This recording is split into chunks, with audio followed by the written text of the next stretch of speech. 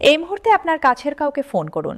যদি আপনার বাবা বা মা সরকারি পেনশনভোগী হন, আজকের এই খবরটা তাদের কানে পৌঁছে দিন, কারণ আজ তাদের জন্য এমন কিছু হয়েছে যা তারা হয়তো কখনো আশাই করেননি। একটু থামুন, চোখ বন্ধ করুন, মনে করুন সেই মানুষটিকে। আপনার পরিবারে হয়তো এমন কেউ আছেন যিনি সারা জীবন সরকারি চাকরি করেছেন, তৃতীয় বা চতুর্থ শ্রেণীর কর্মচারী ছিলেন, অবসরে গেছেন চুপচাপ, এখন পান 10-12 হাজার টাকা পেনশন। প্রতি মাসে সংসার চলে না, ছেলে বা মেয়ের কাছে হাত পাততে হয়। অসুখ হলে ডাক্তারের কাছে যেতে দ্বিতীয়বার ভাবেন, কারণ ডাক্তার দেখানো মানে ওষুধ কেনা, ওষুধ কেনা মানে এই মাসে অন্য কিছু বাদ দিতে হবে।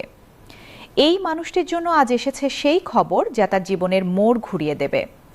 বিকেল 3:45 মন্ত্রিপরিষদ বিভাগের সম্মেলন কক্ষে জাতীয় পে কমিশনের শেষ সভা সমাপ্ত হয়েছে। এই সভায় চূড়ান্ত হয়েছে নবম জাতীয় পে স্কেলের সুপারিশমালা। আর এই সুপারিশমালায় দেশের প্রায় 5 লাখ পেনশনভোগীর জন্য রয়েছে এমন কিছু যা বাংলাদেশের পেনশন ইতিহাসে আগে কখনো আসেনি। পে কমিশনের চেয়ারম্যানের নেতৃত্বে এই সভা শেষে কমিশনের এক ঊর্ধ্বতন কর্মকর্তা একটাই কথা বলেছেন সাংবাদিকদের। তিনি বলেছেন, এবার পেনশনভোগীদের বার্ধক্য আর কষ্টের হবে না, এবার তাদের বার্ধক্য হবে সম্মানের। সেই সম্মানের ঘোষণা দুটি শব্দে, শতভাগ, দ্বিগুণ। এবারে সংস্কারে নতুন একটা দর্শন আছে। সেই দর্শনটা হলো, পেনশন মানে শুধু বেঁচে থাকার টাকা নয়, পেনশন মানে একজন মানুষের সারা জীবনের সেবার স্বীকৃতি। সেই স্বীকৃতি হওয়া উচিত মর্যাদার সাথে। এই দর্শন থেকেই পেনশনভোগীদের ভাগ করা হয়েছে 3টি ক্যাটাগরিতে। প্রথম ক্যাটাগরি, যারা মাসে 20,000 টাকার নিচে পেনশন পান। দেশে এই সংখ্যা প্রায় 2 লাখ। এরা কারা একটু জানুন। এরা সেই মানুষ যারা সরকারি অফিসের ভেতরের কাজগুলো করতেন, যে কাজগুলো কেউ করতে চায় না, কিন্তু না হলেও চলে না। ভোরে অফিস খুলতেন, বড় সাহেবের আসার আগে সব গুছিয়ে রাখতেন, চা বানাতেন, পানি দিতেন, ফাইল এক টেবিল থেকে আরেক টেবিলে নিয়ে যেতেন। বৃষ্টির দিনে ভিজে অফিসে আসতেন, গরমের দিনে ঘেমে কাজ করতেন। কেউ একবারও জিজ্ঞেস করেননি কেমন আছেন। এরা পিয়ন ছিলেন, চাপরাশি ছিলেন, মালি ছিলেন, আয়া ছিলেন, অফিস সহায়ক ছিলেন। এখন এরা পান মাসে 8 থেকে 15 হাজার টাকা পেনশন। এই টাকায় আজকের দিনে কি হয়? ঘর ভাড়া 5-6 হাজার, খাবার 7-8 হাজার, ওষুধ 3-4 হাজার, বিদ্যুৎ, পানি, গ্যাস 2 হাজার। হিসাব মেলে না, প্রতি মাসে ঘাটতি। প্রতি মাসে কারো না কারো মুখের দিকে তাকাতে হয়। যিনি সারা জীবন কারো জন্য চা এনেছেন, বার্ধক্যে তিনি চা কেনার টাকার জন্য অপেক্ষা করেন। এই বৈপরীত্যটা মেনে নেওয়া কঠিন। পে কমিশন এটা মানেনি। এই ক্যাটাগরির সবার পেনশন বাড়বে শতভাগ, দ্বিগুণ। যিনি 8 হাজার পান তিনি পাবেন 16 হাজার, যিনি 15 হাজার পান তিনি পাবেন 30 হাজার। এই দ্বিগুণ টাকা তার হিসাব মেলাবে। তাকে আর কারো মুখাপেক্ষী হতে হবে না। তিনি নিজেই নিজের বাজার করতে পারবেন, নিজেই নিজের ওষুধ কিনতে পারবেন, নিজেই নিজের মানুষ হতে পারবেন। দ্বিতীয় ক্যাটাগরি, যারা মাসে 20 থেকে 40 হাজার টাকা পেনশন পান, প্রায় 2,05,000 মানুষ। শিক্ষক, সহকারী কর্মকর্তা, দপ্তর সহায়ক, এদের জন্য 75% বৃদ্ধি। যিনি 30 হাজার পান তিনি পাবেন 52,500 টাকা। একটু ভাবুন, এই দেশের যে শিক্ষক সারা জীবন মানুষ করেছেন, যার হাত ধরে এই দেশের অনেক বড় বড় মানুষ বড় হয়েছেন, সেই শিক্ষক 25 হাজার টাকা পেনশনে বেঁচে আছেন। তার ছাত্র হয়তো এখন বড় পদে, হয়তো অনেক টাকা পান, কিন্তু শিক্ষক জানেন না সেটা।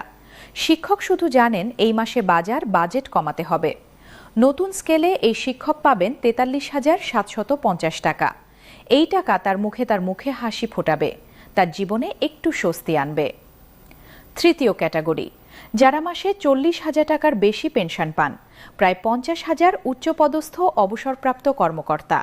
তাদের জন্য 55% বৃদ্ধি। যিনি 50 হাজার পান তিনি পাবেন 77,500 টাকা।